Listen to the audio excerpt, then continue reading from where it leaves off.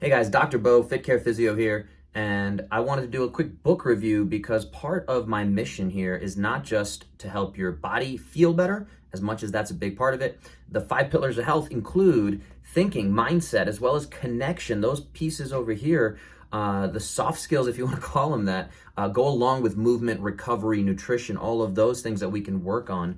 And so this is a great book, Anthony DeMello's Awareness, and I wanted to share with you, I saw this recommendation from Tim Ferriss. He's a guy I've been a fan of for a long time. I don't take everything he talks about, but a lot of the stuff he talks about, I like. And he's had a very high success rate with recommendations and things like that. And he said this is a book he has a bunch of copies of. I think he said something like 100 copies in his house.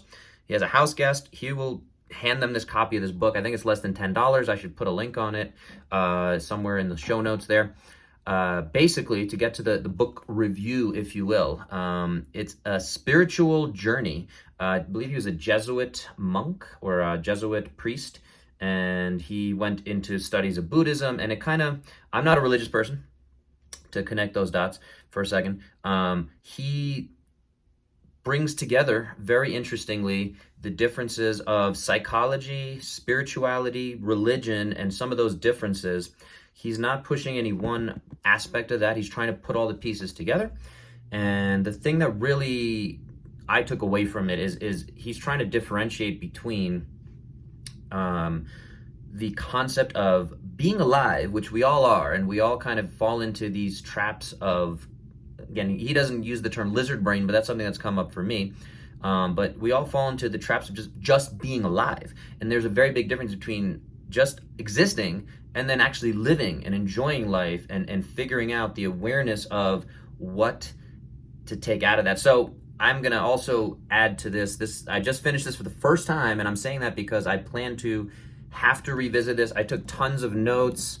As I flip through random pages, you probably will see some pieces there, all of my writing and notes. And I was trying to read this while I'm riding a bike, while I'm a stationary bike, while I'm in the sauna and things like that. So I ferociously was taking notes, trying to get as much as I can out of that. So I wanted to distill this down to you guys. I highly recommend it. It's a great gift too for somebody who's on a spiritual journey. It's part of this kind of evolution, hopefully, of thinking. If you know somebody who's on that journey, if you're on that journey, we chase a lot of different self-help books and things like that, and Atomic Habits, and there's good in all of that. But I really was very happy that I discovered this book, and I wanted to share with you guys. So hopefully, if you get a chance to check it out, let me know. I'd love to hear your thoughts on it. Again, I plan to revisit it, so I'm looking forward to diving down the rabbit hole and having some deeper conversations about the concepts of awareness.